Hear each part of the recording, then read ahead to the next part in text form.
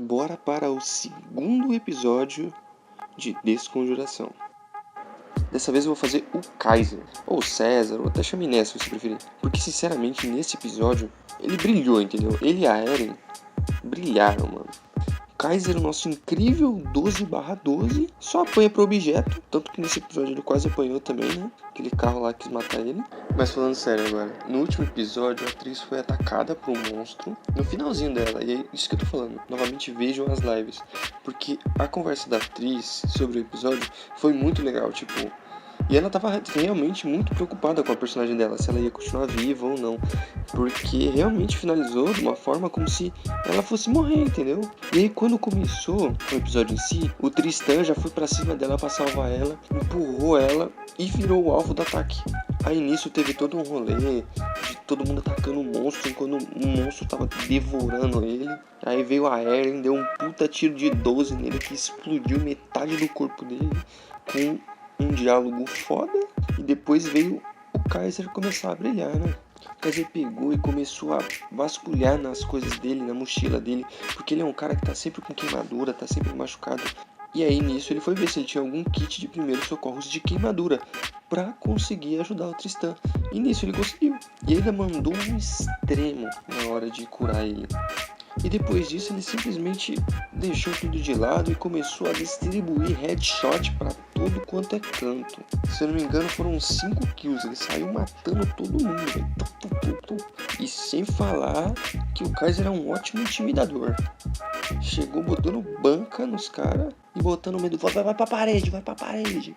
E nesse episódio também a Eren, como eu falei, não ficou atrás. Porque aquele primeiro começou com aquele tiro de 12 maravilhoso que simplesmente destruiu metade do cara. Mas uma coisa que tá me impressionando com ela é a habilidade dela de fala, né? Traduzindo, a galera é incrível.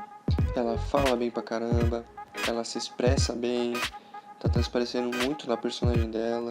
E isso tá fluindo muito bem. Mas sinceramente, quando ela ficou na frente dos cultistas lá no final do episódio contra o síndico, né? E os outros, a parte lá foi tensa, absurda, o momento todo, velho. Primeiro foi o tiro, que era pra ela ter tomado, que ela desviou rapidão atrás do carro. Se ela tomasse aquele tiro, velho, bal. Era 10 de dano, ela ia cair dura praticamente. E depois foi o ataque do síndico. Meu, que ataque foi aquele? Ele deu dano de sanidade na Eren, foi 5 pontos. E ela ficou prejudicada pelos gritos, que ele soltou esse ritual que ficava dando gritos de agonia na cabeça dela. E além disso, por tomar 5 pontos de sanidade, ela recebeu um trauma. Não sei se foi por sorte, por azar no caso, né? Mas esses traumas estão muito pior do que antigamente, velho. Saudade quando os traumas era sentir frio, gostar de armas, gostar de lugar alto, ter a sensação de que você é invulnerável, vai te colocar em situações de perigo muito fácil. E tipo, eu não quero botar em risco a Eren, mas o Selbit foi bonzinho em deixar ela ir pelo outro lado. Sinceramente, se a Eren tivesse a sensação de que ela é imortal, ela não iria pelo cantinho pra chegar perto do cara. Ela ia seguir pelo meio pra acertar o pessoal, entendeu? Mas ainda bem que ele não falou nada e ela conseguiu ficar de boa indo pro cantinho. Porque ela chegou atrás do maluco, deu um tiro de 12 a queima-roupa, dando 20 de dano. Eu acho que sobrou só o pó do cara depois do tiro, tá ligado? Ela poderia muito bem ser um novo Thanos, transformando o pessoal em pó. O Luiz até chegou a brincar, meu. Que trauma é esse que é ela, tá ligado? A mina realmente é intocável. Mas aí veio o motivo porque ela não é intocável. E agora, vamos entrar em uma outra questão, que é sobre os rituais.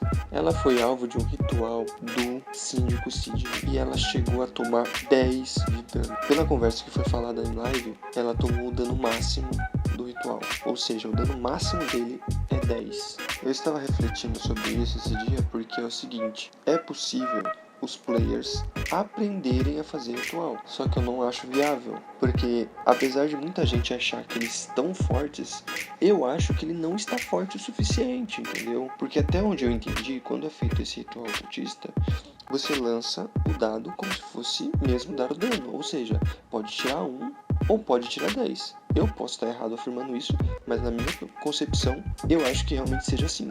Você lançar um dado de 1 a 10, pode dar 1 de dano, pode dar 10 de dano.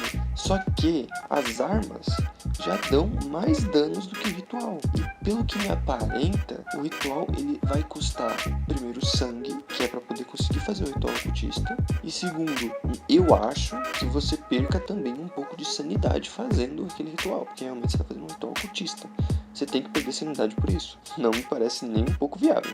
Mas agora voltando na história para quando o Tristan foi machucado. Foi salvo também, né, pelo Kaiser lá no kit de primeiros socorros. Quem ficou encarregado de levar ele de volta para a ordem foi a Beatrice e o Fernando. Porque nessa hora o Luciano já tinha virado Fernando.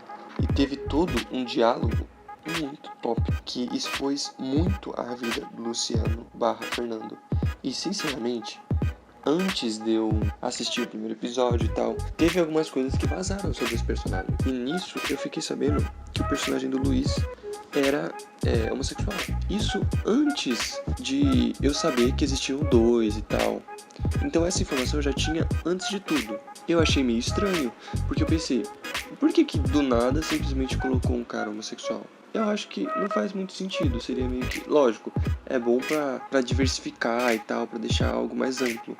Mas colocar por nada, eu acho que é simplesmente tentar ganhar alguma coisa em cima disso. Mas eu tava pensando só por cima, assim, eu pensei sem realmente saber o que eu tava falando, entendeu? Porque foi isso que eu pensei, ganhar views em cima disso. No meu RPG tem um cara homossexual. Foi isso que eu pensei, mas foi completamente errado. Porque a melhor história, na minha opinião, é a do Luiz. Eu achei incrível, eu achei magnífico, perfeito. Porque ele realmente tem que ser um cara homossexual. Porque se fosse um homem e uma mulher, realmente, ia ficar muito estranho. Porque ia ficar uma mente de mulher num corpo de homem. Que é o que já aconteceu também, né, no caso. Que é a Agatha, que pra quem não sabe, ela tá num corpo de homem. Mas ficou incrível, ficou realmente incrível. Eu vi umas tirinhas lindas dos dois. Inclusive, eu vou colocar uma aqui na tela que eu achei a mais incrível. Eu achei muito linda mesmo.